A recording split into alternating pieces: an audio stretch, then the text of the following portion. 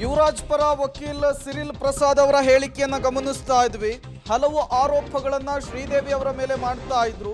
ಈಗ ಸೋಷಿಯಲ್ ಮೀಡಿಯಾದಲ್ಲಿ ಶ್ರೀದೇವಿ ಅವರು ಪೋಸ್ಟ್ ಒಂದನ್ನು ಹಾಕುವ ಮೂಲಕ ಈ ಹೇಳಿಕೆಗೆ ತಿರುಗೇಟು ಕೊಡುವಂತಹ ಕೆಲಸಕ್ಕೆ ಮುಂದಾಗಿದ್ದಾರೆ. ನೀವು ಕೂಡ ಅವರ ಬರಹದ ಸಾಲುಗಳನ್ನು ಗಮನಿಸ್ತಾ ಇದ್ದೀರಿ. ವಕೀಲ ಸಿರಿಲ್ ಪ್ರಸಾದ್ ಆರೋಪಕ್ಕೆ ಶ್ರೀದೇವಿ ಸೋಷಿಯಲ್ ಮೀಡಿಯಾದಲ್ಲಿ ತಿರುಗೇಟು ಕೊಟ್ಟಿರುವಂತಹದ್ದು. ಒಂದು ಹೆಣ್ಣಿನ ಚಾರಿತ್ರ್ಯದ ಬಗ್ಗೆ ಕೀಳು ಮಟ್ಟದ ಆರೋಪವನ್ನು ವಕೀಲರು ಮಾಡ್ತಾ ಇದ್ದಾರೆ.